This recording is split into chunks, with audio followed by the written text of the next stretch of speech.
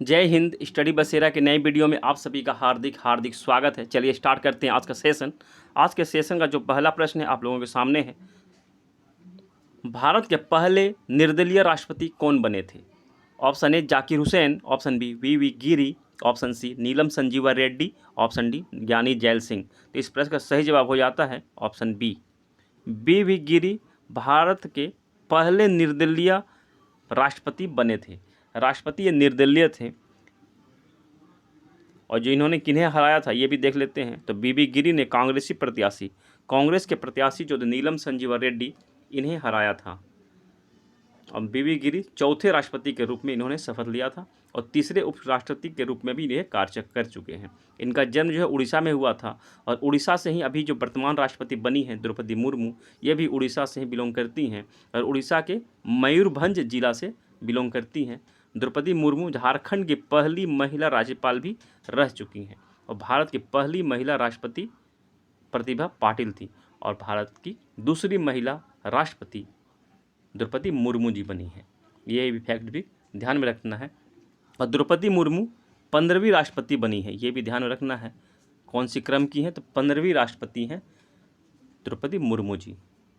चलिए देखते हैं नेक्स्ट क्वेश्चन आज नहीं है, कंप्लीट संविधान से संबंधित जो राष्ट्रपति से संबंधित जो संविधान में लिखे हुए हैं उसका अनुच्छेद सब कुछ हम लोग यहाँ देख लेंगे, समझ लेंगे।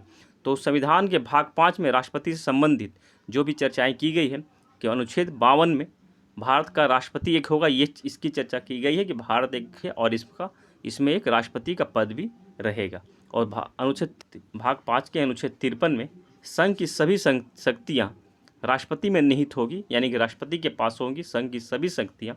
सर्वोच्च होगा राष्ट्रपति, हेड ऑफ द स्टेट होगा राष्ट्रपति, इसकी चर्चा अनुच्छेद 53 में की गई है।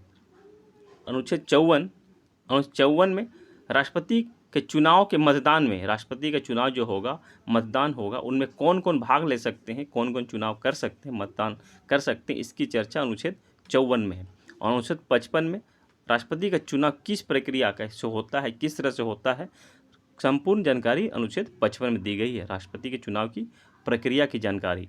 अनुच्छेद 56 में राष्ट्रपति के पद का कार्यकाल कितने वर्ष का होता है, इसकी जानकारी यहाँ दी गई है। तो राष्ट्रपति पद का कार्यकाल जो है 5 वर्ष का होता है, ये तो हम सभी जानते हैं 5 ईयर्स का होता है। अनुच्छेद 57 में राष्ट्रपति के निर्वाचन की पात्रता की ये जानकारी दी गई है, यानी कि राष्ट्रपति